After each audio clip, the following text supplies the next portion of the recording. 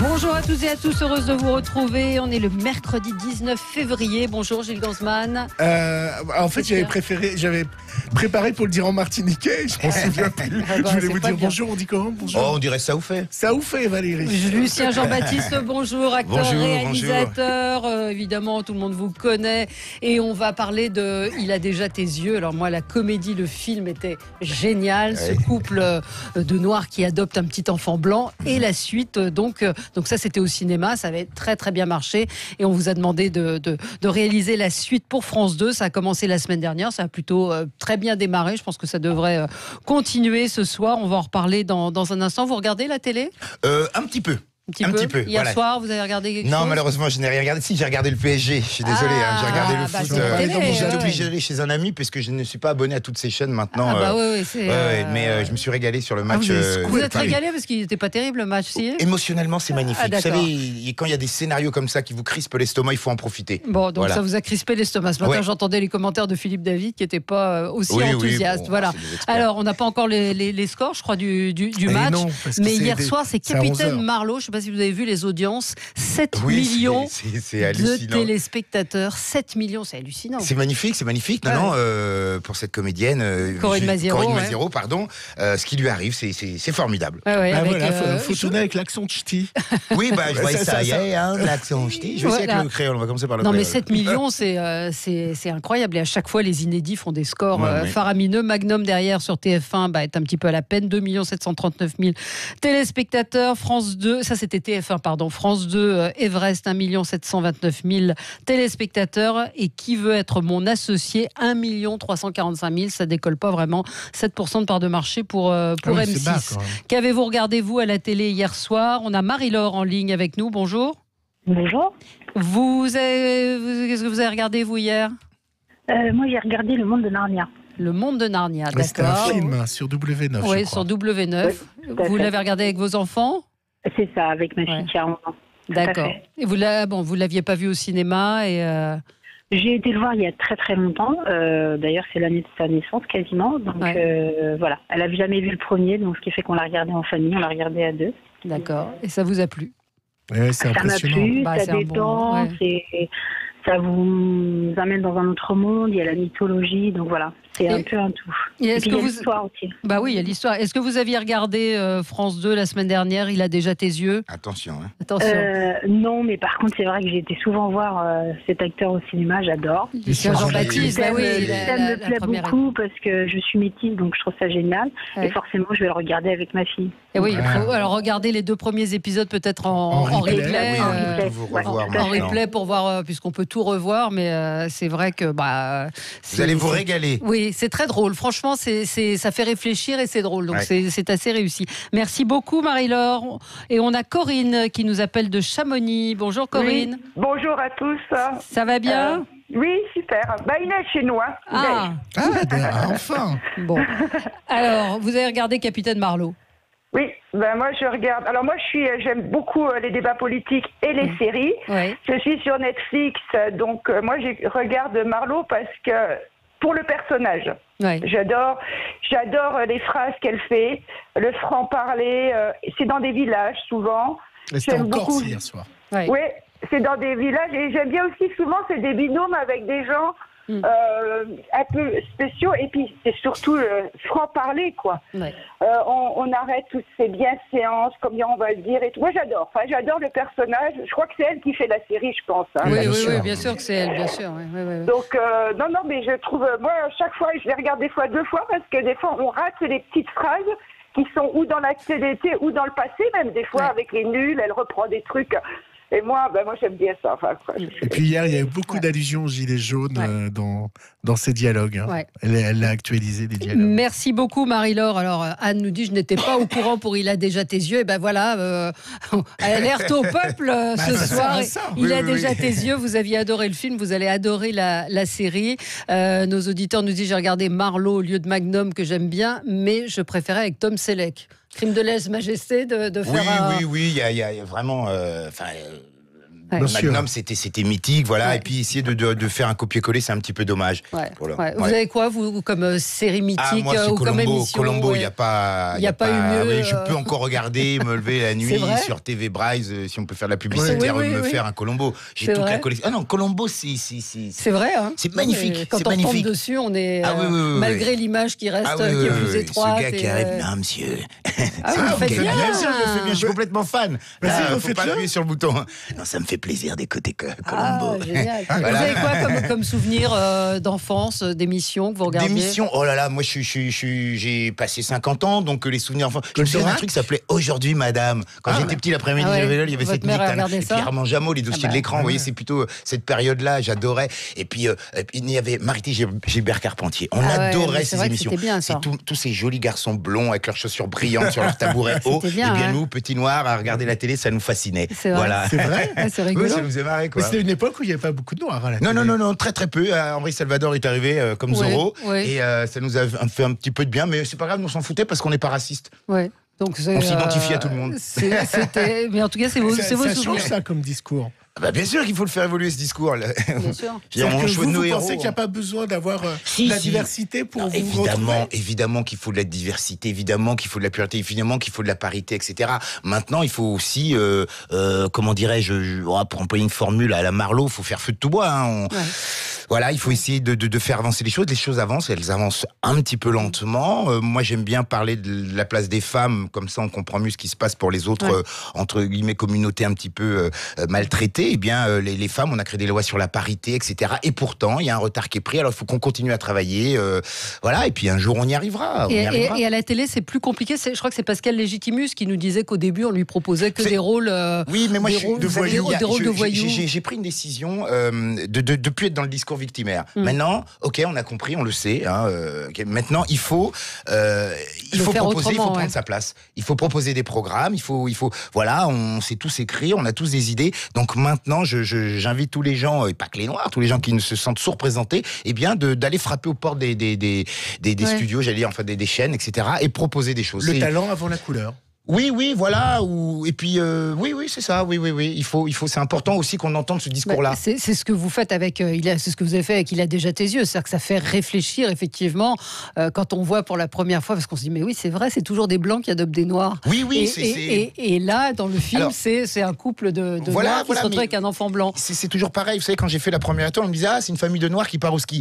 Moi, c'était pas du tout ça. C'était un père qui essayait d'apporter du rêve à ses enfants. Vous voyez, c'est une histoire de point de vue. Là, ce sont deux parents qui ont adopté un enfant. On leur a donné un blanc. Ils l'ont pas choisi. On dit ils ont adopté. Non, on leur a donné un bébé. Ils l'ont pris. Donc ce sont deux parents. Et puis quand on connaît le thème de l'histoire, eh bien ils ont peur de le perdre. Donc ils vont tout faire pour le garder. Alors après, on va ajouter la couleur. Et là, il y a le rire. Oui, il y a le rire. Mais la prof de maths blonde, c'est toujours un petit peu surprenant. Voilà. Mais non, mais c'est ça. On joue avec les codes. Dans la séquence il faut jouer avec tous ces codes. Du premier épisode, il y a votre maman la maman de votre femme qui joue très bien. Il y a des cours de danse. C'est des cours de danse africaine. Il est le seul blanc. Oui, bien sûr. C'est mon petit-fils. Et là, il y a toutes les mamas black qui se retournent vers elle. J'essaye de m'amuser, d'inverser les clichés et surtout de donner un grand message de liberté, de possible à tout le monde. C'est-à-dire que le blanc, il n'est pas obligé. S'il veut faire la danse africaine, il a le droit de le faire. Et le petit noir, s'il a envie de faire du piano, il peut faire du piano. Enfin, se sentir libre. Si une femme veut conduire un camion et être camionneur, soyez camionneur. Ne vous dites pas non, c'est réservé aux hommes. Voilà, c'est des choses comme ça. On va passer au zapping de Gilles. Sud Radio, le 10h midi, les médias, l'instant zapping. Bon, ça va vous faire plaisir mon premier son parce que c'était l'événement sportif de la soirée, évidemment, le PSG qui affrontait le Borussia Dortmund. C'était un match à ne pas manquer, c'était sur Canal+ et RMC Sport. Plongé Dortmund un petit peu dans la difficulté. Ça va bien, Eric qui est le meilleur buteur du PSG depuis le 1er janvier. Il a marqué 8 buts en 10 matchs. C'est son 11e là, la passe de Reina pour Erling Haaland. Mais c'est pas possible! Quelle frappe terrible! Il se sent mal, Lucien Jean-Baptiste. Non, c'était dur, c'était horrible. Ah là là. Mais on va gagner. Cette année, c'est sûr. Pour nous. C'est sûr. Il y aura la remontada. Parce que les années précédentes, exactement, les remontadas, c'est pour nous cette année. Voilà. Habituellement, on gagne et puis après, les autres nous remontent. Là, maintenant, c'est nous qui allons remonter. Voilà, allez, Paris. Allez, un autre événement sportif, c'était Emmanuel Macron qui est rentré dans l'arène des religions. Hier, il a affirmé notre ennemi, c'est le séparatisme.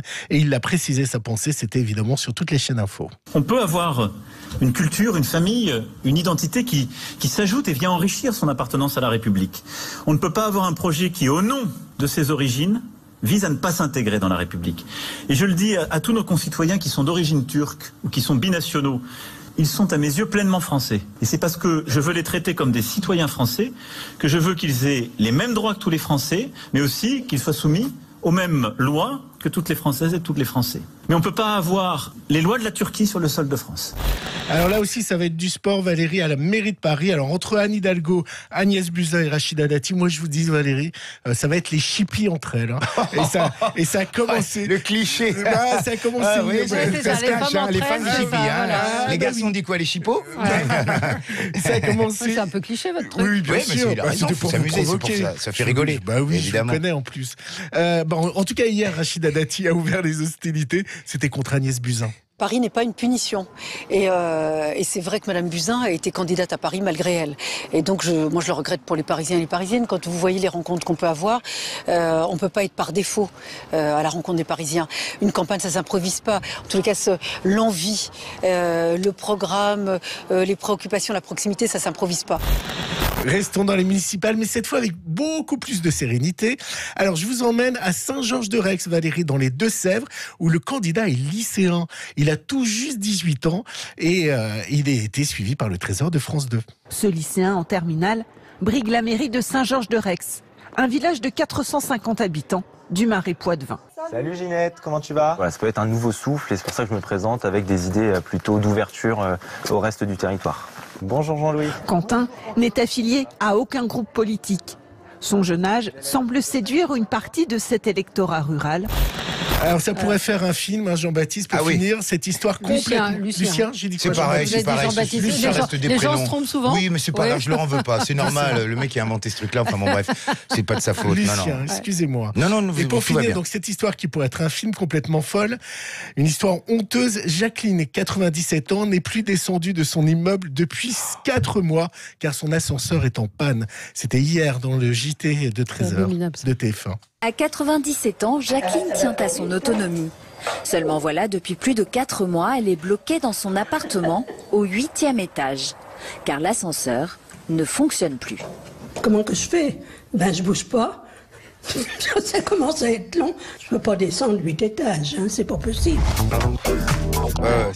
Oui, c'est dur. On est en 2020 en France, voilà. C'est scandaleux qu'il y ait des choses comme ça. J'espère que, je sais pas, les services sociaux, tout ça vont réagir ou au moins son entourage, les gens qui vivent autour d'elle déjà, les voisins. Je pense qu'elle doit être aidée par les voisins, forcément. C'est les voisins qui lui amènent à manger. Et autres, et la journaliste a essayé de joindre ce qu'on appelle le syndicat de l'immeuble, qui évidemment n'a pas répondu. Alors, Catherine nous dit: merci pour la série, j'adore, c'est super bien joué, hilarant et parfois plus profond, c'est top. Donc vous n'êtes pas venu pour rien, Lucien Jean-Baptiste, ce matin. Donc ce soir, Il a déjà tes yeux, c'est la 2e semaine, 2 nouveaux épisodes. Donc c'est assez rare qu'un film soit adapté en série comme ça. Oui, c'est assez rare. Comment ça s'est passé? Ce sont c'est vous qui êtes allé les démarcher? Non, du tout. Moi, vous savez, les histoires de suite, j'avais déjà fait la 2e étoile et bon, le côté marketing, vous savez, on a fait le 1, ça cartonne, on va faire le 2. Je ne travaille pas du tout comme ça. Moi, il faut que ça me sorte des tripes.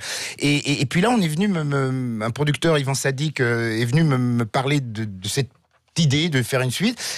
Et puis j'ai discuté avec mon co-scénariste Sébastien Mounier. On a dit écoutez, on va voir, parce que c'est vrai que d'aller dans les foyers, comme vous avez vu, je suis un garçon très bavard. Je me disais, ce serait peut-être intéressant de rentrer chez les gens et de leur dire n'ayez pas peur et avoir 5 heures, voilà, pour pouvoir s'exprimer. Et on s'est réunis, on a réfléchi, on a eu une idée et puis c'est parti. Et là, je me suis régalé avec 5 heures de programme. Donc le petit Benjamin, il a bien grandi. Oui, le bébé est devenu un pré-ado.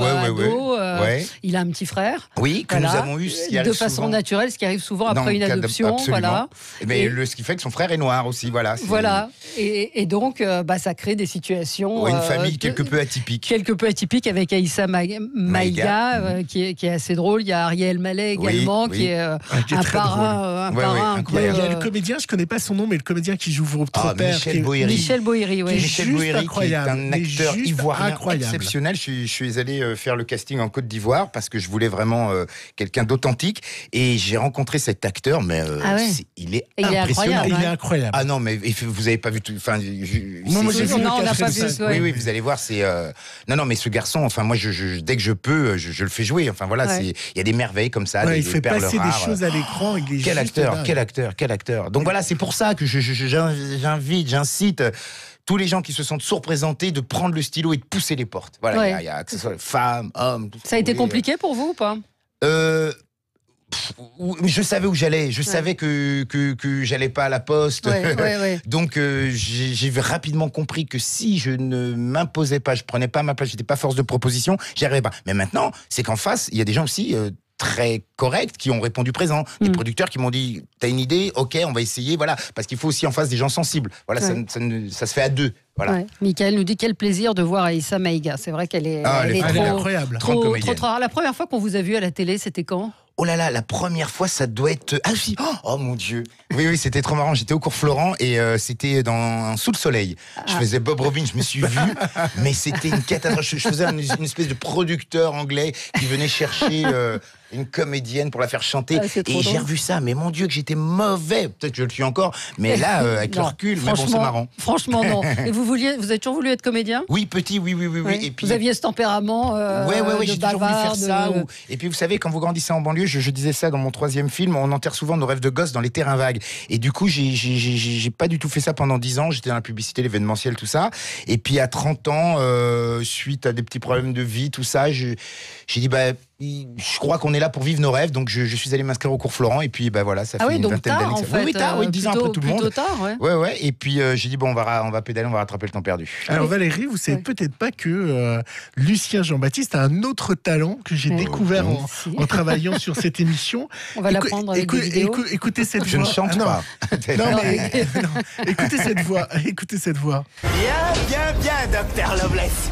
Je parie que vous avez bien pris votre pied à me ratatiner le visage et tout le reste. À mon humble avis.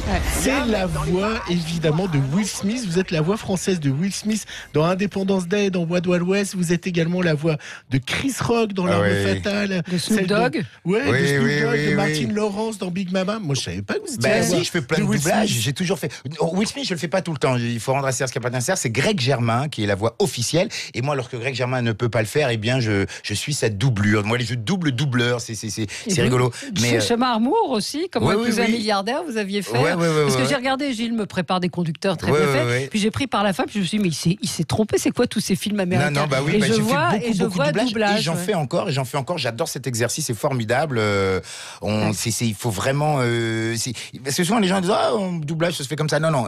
Parce que quand vous voyez le travail des acteurs américains, et vous, eux, ils sont payés des milliards, ils ont des coachs, des mois de préparation. Et vous, en français, vous devez essayer de retranscrire ça avec un minimum de qualité. Donc ça demande vraiment un vrai jeu d'acteur. Est-ce qu'on vous a déjà donné un blanc à doubler?